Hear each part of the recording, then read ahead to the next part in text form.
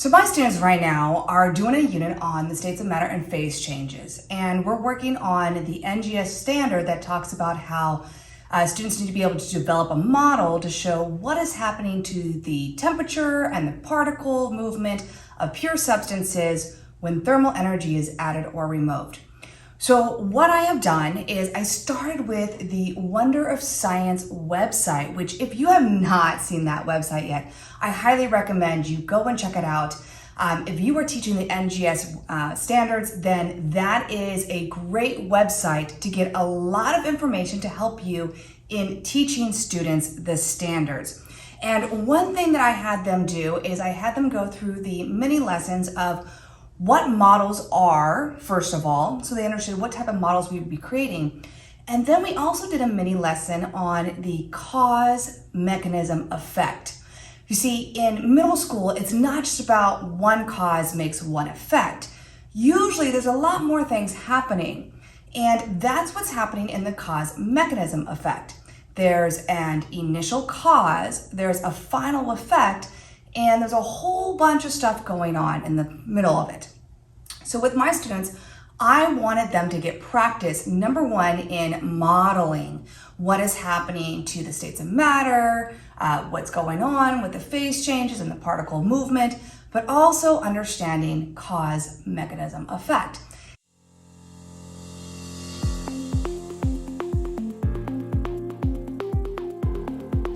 And so I created these hands-on manipulatives that would allow my students to create models. And in the first one, what I had them do is I had two different phase change models, two different graphs that they would work on. One of them was for increasing the thermal energy, and then one was for decreasing thermal energy. And I wanted to see, number one, could they figure out which graph to start with based on the assignment I'm giving them? For the first assignment, I wanted them to show me what happens to water when it starts as a solid and thermal energy is added until it becomes a gas. So in that case, I was looking, can they identify that they would want the one that says increasing thermal energy? Then they had these little paper handouts. Some of them were the models of the particles, some of them were labels for the state of matter, and others were the actual phase change names.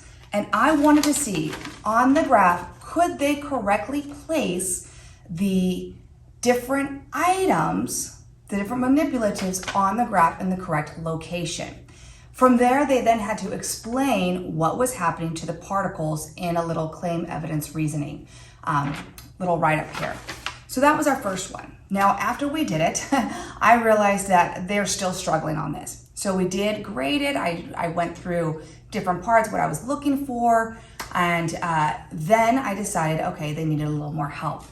So from there, I then decided they needed more help of cause and effect. They were really struggling on how to get from one state to another, what was really happening at the molecular level. So I went back to the Wonder of Science, and in the Wonder of Science, again, they do the claim, mechanism, effect. So I created this little handout here instead, another manipulative. In this case, they had the system was a container of liquid water.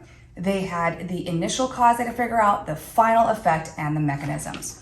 And for this one, I gave them the final effect. So for one final effect, they had to put that your final effect is ice solid. So if they have a container of liquid water, they had to figure out what was the initial cause. And for those ones, they could have put placed in a freezer or placed on the stove. So what's the initial cause? Then they had these different manipulatives, and they had to figure out, okay, what are the mechanisms that are happening? When you place it in the freezer, what is going on? So one of the things they should have realized was that the particles become more attracted to each other, the particles' kinetic energy decreases, the temperature decreases, and the particles move closer together. So I was looking, can they put the right manipulatives there? After they tried it on their desk, we did a full gallery walk to see what did other groups have. Then I showed them my answer for it, and they wrote that down in their notebooks. Then I changed it up. I had them then figure out, okay, your final effect this time is steam gas. Can you now, taking what you learned before, can you figure out what is the initial cause to get there and what is going on? What are the mechanisms that are happening if you put it, let's say for this one, it was going to be on the stove. When you put that liquid container on the stove, what then happens? What are the different processes that happen at a molecular level, temperature-wise, that will finally give you the effect of steam gas? So we did that. After we did that, again, I had them go around, do a gallery walk, see what other groups have. And then we came back to this one, came back to here, so we did that twice.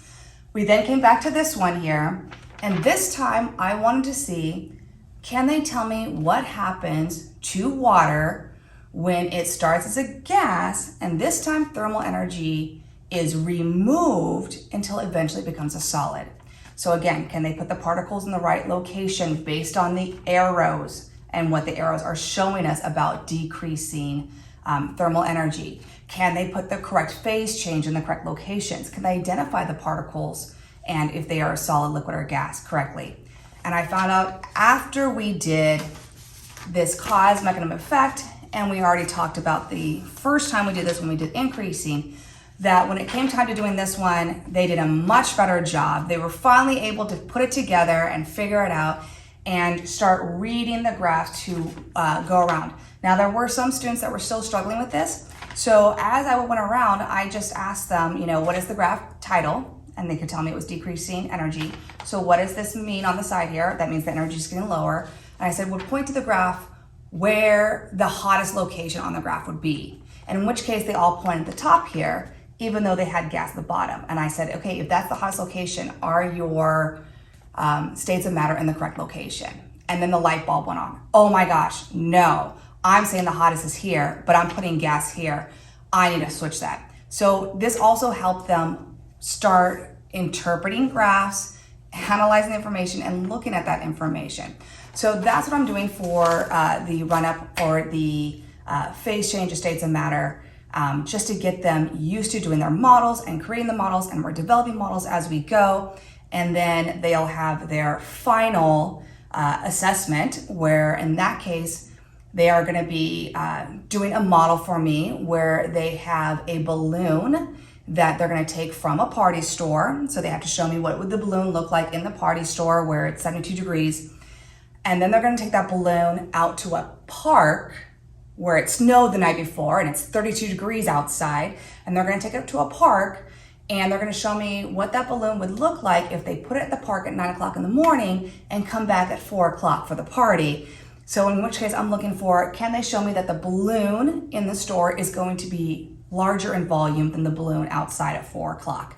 Can they show me that the particle speed in the balloon from the store is going to be faster than the particle speed of the balloon at 4 o'clock when it's been outside in the 32 degree weather for a while? And then can they tell me which gas law that represents and explain in a CER again what is happening to the particles in the balloon as they went from being in a temperature of 72 to being outside for a couple hours in 32 degrees temperature. So all of that is to help my students understand the standard of developing a model of pure substances, looking at the particles when thermal energy is added or removed. I hope that helps you out. Thank you for watching another Adventures in ISTEM and Beyond video. Don't forget to subscribe and turn on notifications for more Adventures in ISTEM and Beyond videos. For more ideas on how to incorporate science, technology, and skills for life into your classroom, go to adventuresinistem.com.